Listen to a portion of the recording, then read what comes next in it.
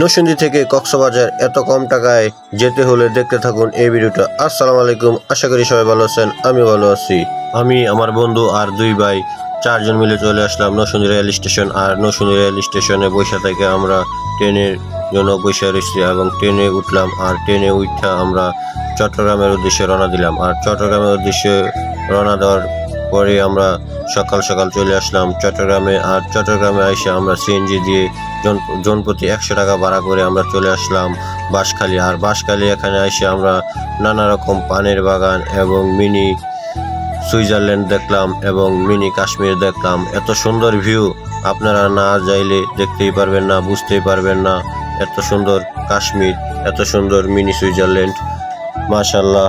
তারপরে আমরা এইখান থেকে একটি সিএনজি নিয়ে বাঁশখালী থেকে 100 টাকা করে আমরা মেন রোড আসলাম। আর মেন রোড থেকে আবার 100 টাকা করে আমরা চলে গেলাম কক্সবাজারের উদ্দেশ্যে বাস দিয়ে। আর রাস্তাটাও অনেক সুন্দর। তারপরে বলতে বলতে আমরা চলে আসলাম কক্সবাজার ডলফিন মোড় নাইমিয়া খুঁজতেছি কোন জায়গায় খেলে ভালো হয়। তারপরে চারজন মিলে একটি প্যাকেজ নিলাম 250 টাকা দিয়া, গরুর গোস্ত সাথে ডিম এবং নানা রকমের ভর্তা দিয়া আমরা খেয়ে নিলাম চারজন। সকালের নাস্তা করলাম। তারপরে আমরা দুপুরবেলা বের হয়ে গেলাম নানা কিছু দেখার জন্য। তারপরে রাত্রে আমরা খেলাম সি ফুড। আর সি ফুডগুলো খেলে আপনারা দামাদর করে খাবেন, কারণ ওইখানে দামাদর না করে খেলে আপনারা রীতিমতো একটি বাস খেয়ে যাবেন।